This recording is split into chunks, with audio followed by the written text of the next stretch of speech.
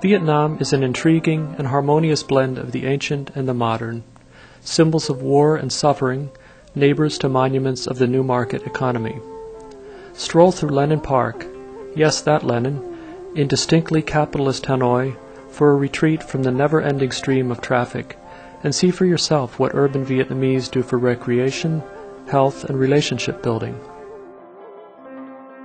Or visit Hoa Lo Prison, better known to the rest of the world as the Hanoi Hilton, built by the French in the late 19th century to imprison Vietnamese and later used by the Vietnamese to hold U.S. prisoners of war, one of whom would later become a U.S. senator and another the first U.S. ambassador to the Socialist Republic of Vietnam. Most of the prison was demolished to make way for an office building, a luxury hotel, apartments, and upscale shops during Hanoi's building boom of the late 1990s. Next, you can sit across the street in a popular internet cafe, a sign of the times, side by side with young Vietnamese, cold drink in hand, exchanging emails with friends around the world, chatting online, conducting business, or searching for scholarship opportunities that might allow them to fulfill their dream of study abroad. Stroll around Hanoi on a sultry summer evening and experience a celebration of life, horns honking, motorbikes flowing like water around pedestrians at breakneck speed, lovers sitting on park benches wrapped in each other's arms, older people exercising, children playing badminton, vendors plying their trade, the wars and colonial violence that beset this country for so many generations, a distant and fading memory. The Vietnam of today is full of promise and potential, pulsating with energy and steeped in dreams. At the same time, Vietnam has entered the 21st century faced with a range of pressing political, social, and economic problems, some the result of bad policies, mismanagement, and ideological rigidity, others the legacy of colonialism, war, and subsequent attempts to punish the country for political reasons.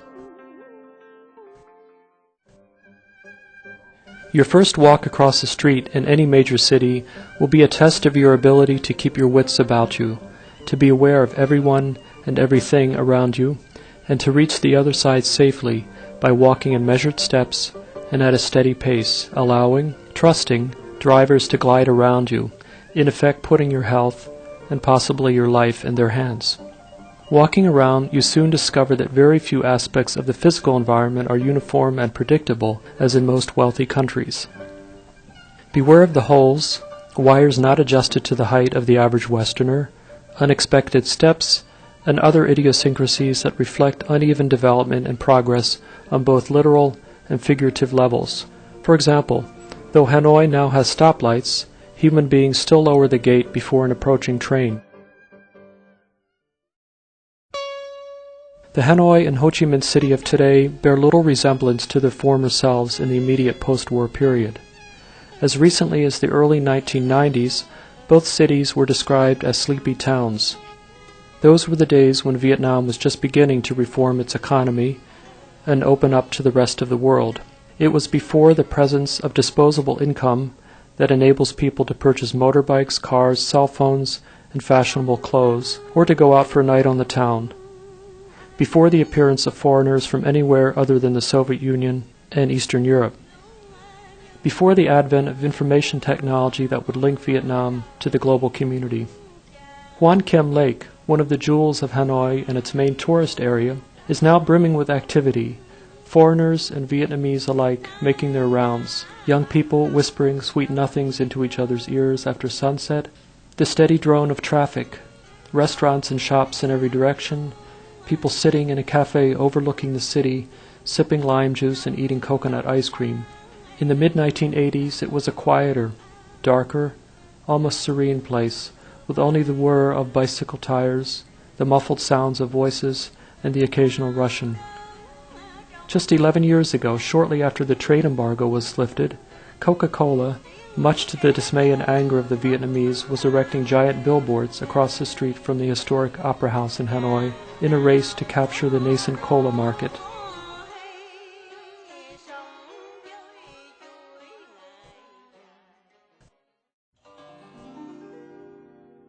Today, sophisticated Western-style advertising in Vietnamese and English graces the city's skyline in the form of billboards and signs, and TV commercials cater to a rapidly growing urban middle class.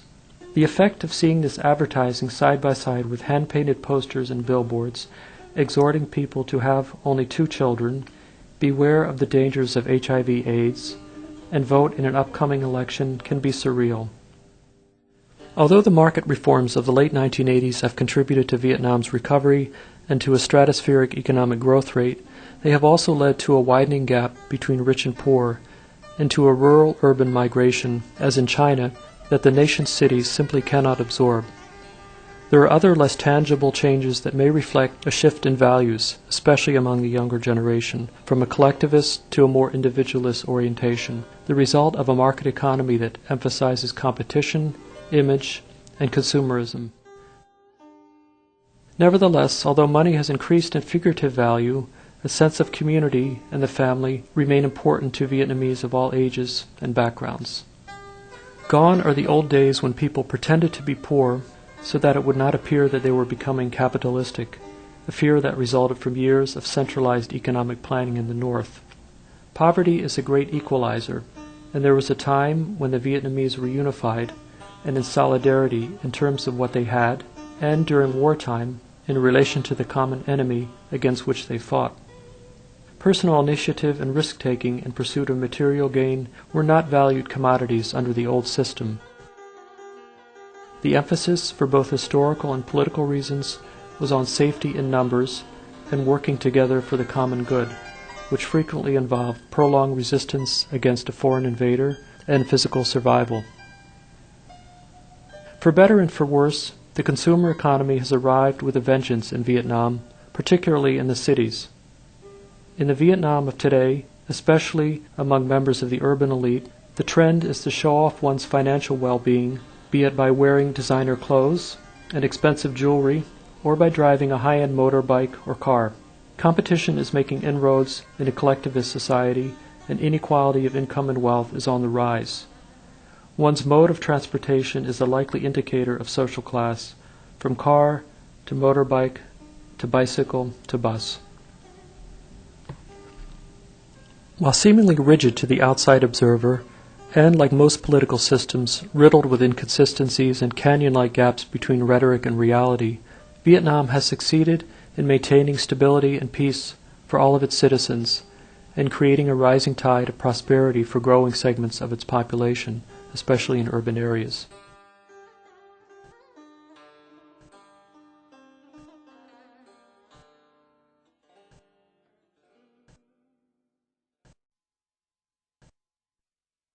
Contrary to the widely held view of one-party states, where everyone walks in lockstep, blindly following a narrowly defined party line, there are many divergent views and disagreements in Vietnam about such macro-level issues as the overall direction in which the country should be heading, as well as micro-level issues like whether karaoke is a social evil or the right of every Vietnamese citizen. What is undeniable is that party and state have chosen to bend rather than break at recent watershed moments, such as the shift from centralized planning to a free market economy. During his November 2000 visit to Vietnam, President Bill Clinton spoke to faculty and students at Vietnam National University in Hanoi, the country's oldest and most prestigious institution of higher learning. It was a rare opportunity for a U.S. president to speak directly to the future leaders of Vietnam without the filter of state-controlled media. Clinton's references to the limitations of knowledge with undue restrictions on its use, and the importance of having the freedom to explore, to travel, to think, to speak, to shape decisions that affect our lives and enrich the lives of individuals and nations, were a double-edged sword. Although these remarks were intended to be both instructive and informative, they were also implied criticisms of an authoritarian system that prizes political conformity and limits freedom of the press. This form of ideological schizophrenia is typical of a country that yearns for the wealth that a market economy can produce, while being reluctant to implement the political changes needed to succeed in the long term. It is the push and pull of diametrically opposed forces within the Communist Party that, without a hint of irony, can simultaneously sing the praises of a market-oriented economy and rail against unbridled individualism. It is a transitional society in which, ironically, successful private sector companies can be awarded the Red Star for distinguished achievement. The challenge for the Vietnamese government and the Communist Party of Vietnam is how to grow the country economically without letting go of power. One party official used the metaphor of an egg hatching. The chick is inside, pecking at a very fragile shell. The only question is when the egg will hatch. In a year? A few years? 25 years? And what kind of chick will emerge? A cynic would argue that those in power have successfully managed to convert political capital and power into economic power and wealth, as in China. Change means having to give up money, position, status, benefits, having to relinquish a piece of the pie, as it were. There are many government and party officials who are constructively critical of various policies and actions, but prefer to complain in private so as not to jeopardize their position and privilege and that of their children. There is a realization, even among insiders, maybe especially among insiders who know the system better than anyone, that changes have to be implemented. The questions are how fast, and when. What model should be used? What does it really mean to have a market economy with socialist orientation?